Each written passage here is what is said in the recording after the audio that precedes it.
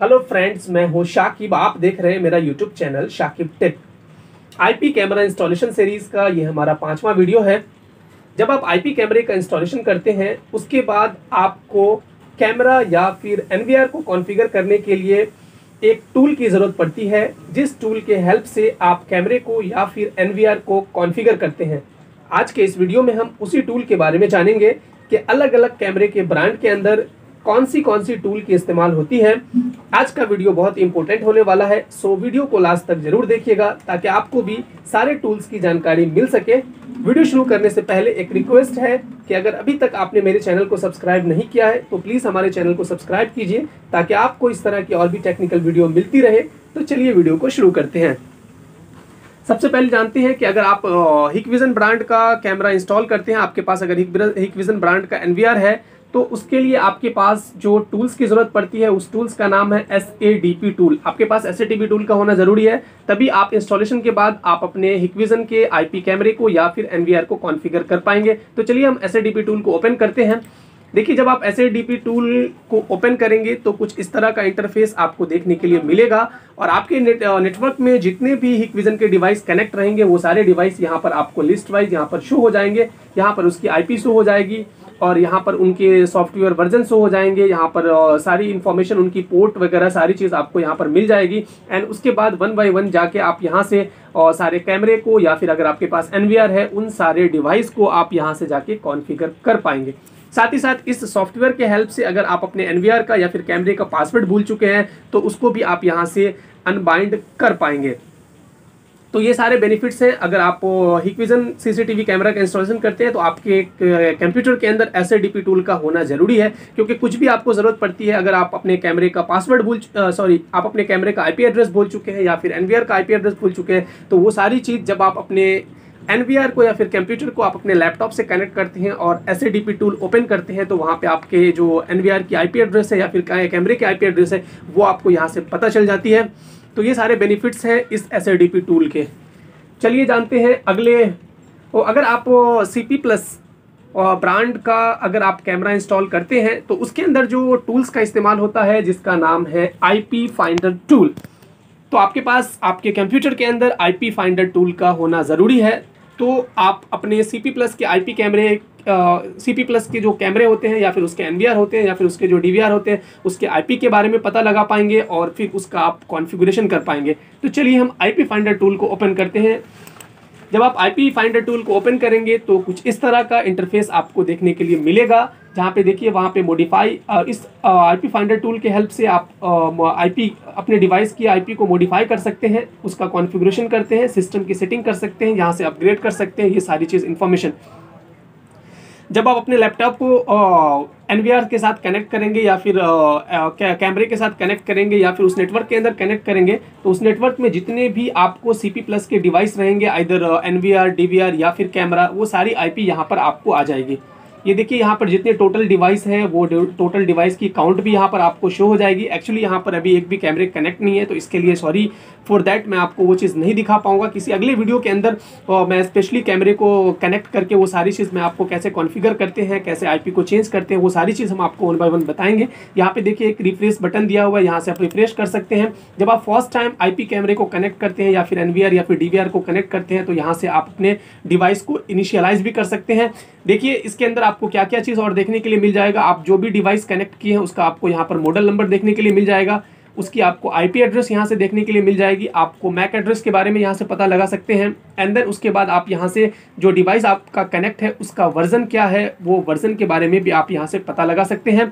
तो अगर आप CP+ कैमरे IP कैमरे का इंस्टॉलेशन करते हैं तो आपके कंप्यूटर के अंदर IP फाइंडर टूल का होना ज़रूरी है। एक और चीज़, अगर आपका ये ऑरेंज सीरीज़ है, ये IP फाइंडर टूल जो है वो ऑरेंज सीरीज़ के, क्योंकि आपको पता है कि CP+ के अंदर अलग अलग सीरीज़ है, ऑरेंज सीरीज़ है, रेड सीरीज़ है और इंडिगो सीरीज़ है। तो ये जो IP फाइंडर टूल है वो ऑरेंज और रेड सीरीज़ के लिए एप्लीकेबल है। अगर आपके पास और इंडिगो सीरीज़ का कैमरा है या फिर एनवीआर है तो उसके लिए आपको जो IP फाइंडर टूल है वो CMOP 20 करके एक सॉफ्ट टूल्स है, उसकी आपको उसके हेल्प से आप पता लगा पाएंगे। तो चलिए आगे बढ़ते हैं, जानते हैं कि यूनिव्यू कैमरे के बारे में आपने नाम सुना होगा कि यूनिव्यू कैमरा एक आईपी कैमरा का एक काफ़ी अच्छा ब्रांड है। तो अगर आपके पास यूनिव्यू कैमरा है, अगर आप उसका इंस्टॉलेशन किए हैं और उसका आप कॉन्फ़िगरेशन करना चाहते हैं, तो उसके लिए उसकी आईपी को फाइंड करने के लिए, उसके आईपी को जानने के लिए कैमरे की, या फिर आपका पास एनवीआर है तो उसकी आईपी को फाइंड करने के लिए, जानने के लिए आपके पास EZ टूल्स का होना ज़रूरी है। ये देखिए EZ टूल्स है। तो चलिए हम EZ टूल्स को ओपन करते हैं।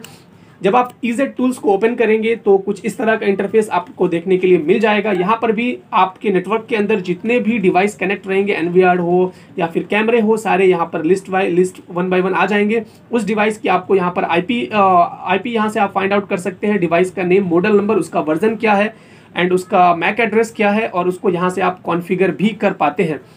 और साथ ही साथ इस EZ टूल्स सॉफ्टवेयर के हेल्प से आप यहाँ पर डिस्क वगैरह का जो कैलकुलेशन होता है, वो हार्ड ड्राइव का कैलकुलेशन जो होता है, स्टोरेज का, वो सारी चीज़ कैलकुलेशन भी कर पाएंगे।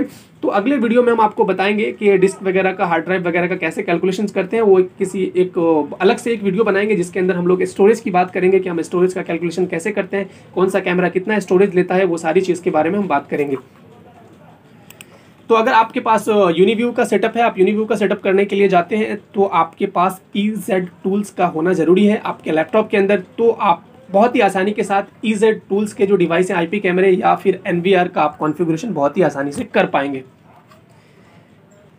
चलिए आगे बढ़ते हैं, जानते हैं कि अगर आपके पास धुआ ब्रांड का, अगर आपके पास आईपी कैमरे का सेटअप है, आप धुआ ब्रांड का आपने आईपी कैमरा का इंस्टॉलेशन किया है और उसका अगर आपको आईपी फाइंड आउट करना है, या फिर आपके पास पहले से अगर धुआ ब्रांड का है, आपके पास एनवीआर है या फिर कैमरा है और आपको उसकी आईपी के बारे में नहीं पता है, आप उसका आईपी फाइंड करना चाहते हैं, तो उसके लिए जो आपको सॉफ्टवेयर की ज़रूरत पड़ती है, उस सॉफ्टवेयर का नाम है कॉन्फिग टूल। तो चलिए हम कॉन्फिग टूल को ओपन करते हैं। देखिए जब आप कॉन्फिग टूल को ओपन करेंगे तो कुछ इस तरह से आपको इंटरफेस यहाँ पर देखने के लिए मिलेगा, और यहाँ पर आपके नेटवर्क में जितने भी डिवाइस कनेक्ट रहेंगे धुआ ब्रांड के, वो सारे यहाँ पर शो हो जाएंगे। अगर आप फर्स्ट टाइम डिवाइस को कनेक्ट किया है तो यहाँ से आप अपने डिवाइस का एनवीआर का, डीवीआर का या फिर आईपी कैमरे को इनिशियलाइज कर सकते हैं, यानी शुरुआत कर सकते हैं, उसका कॉन्फ़िगर कर सकते हैं। साथ ही साथ अगर आप किसी कैमरे का या फिर एनवीआर का या फिर डीवीआर का आईपी मॉडिफाई करना चाहते हैं तो आप उसको भी यहाँ से मॉडिफाई कर सकते हैं। और इसमें भी आपको जितने भी नेटवर्क के अंदर कैमरे कनेक्ट रहेंगे वो सारे आपके यहाँ पर शो हो जाएंगे। यहाँ पे देखिए ये रिफ्रेश का बटन दिया हुआ है, यहाँ पर जितने भी डिवाइस टोटल आपके इसके अंदर कनेक्ट रहेंगे वो सारे डिवाइस का यहाँ पर आपको काउंट बता देगा। तो अगर आप धुआ CCTV कैमरे का इंस्टॉलेशन अगर आप करते हैं या फिर अगर फ्यूचर में अगर आप करने वाले हैं तो आपके पास जो है वो कॉन्फिग टूल का होना ज़रूरी है। तो आप बहुत ही आसानी के साथ धुआ के IP कैमरे का कॉन्फ़िगर या फिर उसके एनवीआर या फिर डीवीआर का कॉन्फ़िगर कर पाएंगे। या फिर अगर आपको आईपी के बारे में पता लगाना है तो आप कॉन्फ़िग टूल के हेल्प से बहुत ही आसानी के साथ आप अपने डीवीआर, एनवीआर या फिर कैमरे की आईपी का पता लगा सकते हैं। चलिए आगे मूव करते हैं। ये तो हो गए, हमने हिकविज़न के टूल्स के बारे में जाना। हिकविज़न के लिए SADP टूल का यूज़ होता है। फिर हमने CP+ के बारे में जाना, उसके अंदर आईपी फाइंडर टूल का यूज़ होता है। उसके बाद हमने यूनिव्यू के बारे में जाना, उसके अंदर EZ टूल्स का इस्तेमाल होता है।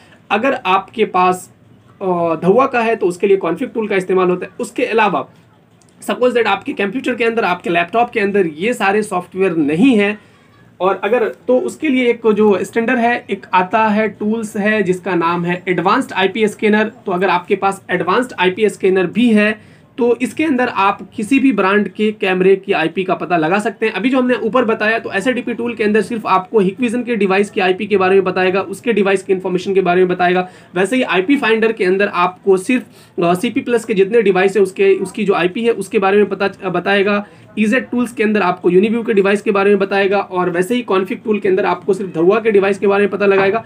आईपी फाइंडर टूल के अंदर आपको धुआ का जो डिवाइस है वो भी आईपी आपको वहां से आप पता लगा सकते हैं। बट SADP टूल के अंदर आपको CP के जो जितने होते हैं वो आपको नहीं देखने के लिए मिलेंगे आईपी, और आईपी फाइंडर टूल के अंदर आप हिकविज़न का पता नहीं लगा सकते हैं। बट आप CP प्लस का जो टूल्स है IP फाइंडर, उसके अंदर धुआ के जो IP है उसको पता लगा सकते हैं, और धुआ के अंदर जो है आप IP फाइंडर टूल जो है CP प्लस के उसके बारे में आप पता लगा सकते हैं। उसके बाद एक आता है एडवांस्ड IP स्कैनर, जिसके अंदर आप सारे ब्रांड जितने भी नेटवर्क के अंदर आपके डिवाइस कनेक्ट रहेंगे, आप किसी भी डिवाइस की IP एड्रेस को आप पता लगा सकते हैं। एडवांस्ड IP स्कैनर, तो अगर आप CCTV इंडस्ट्री के अंदर है या फिर नेटवर्किंग इंडस्ट्री के अंदर है तो आपके लैपटॉप के अंदर एडवांस्ड IP स्कैनर का होना जरूरी है। तो चलिए हम एडवांस्ड IP स्कैनर को ओपन करते हैं, देखते हैं इसके अंदर क्या क्या है।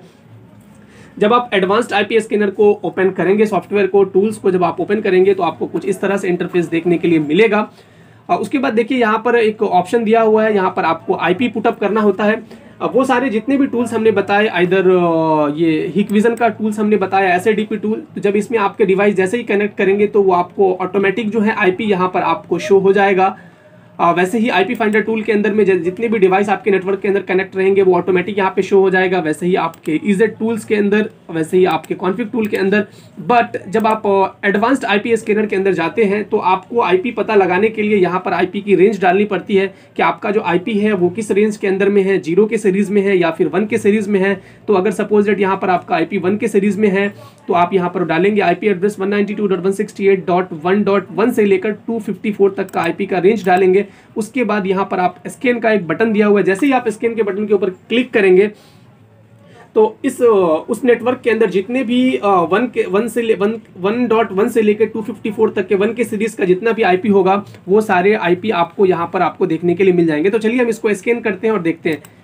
ये देखिए जैसे ही हमने स्कैन किया तो यहाँ पर देखिए, यहाँ पर ये देखिए 0%, ये देखिए यहाँ पे ये शुरू हो गया है, और यहाँ पे देखिए यहाँ पर 0 अलाइव और 0 डेड और 192 अननोन, ये सारी चीज़ आपको कुछ इन्फॉर्मेशन देगा कि कितने आपके लाइव हैं IP अलाइव है और फिर कितने आपके डेड IP हैं।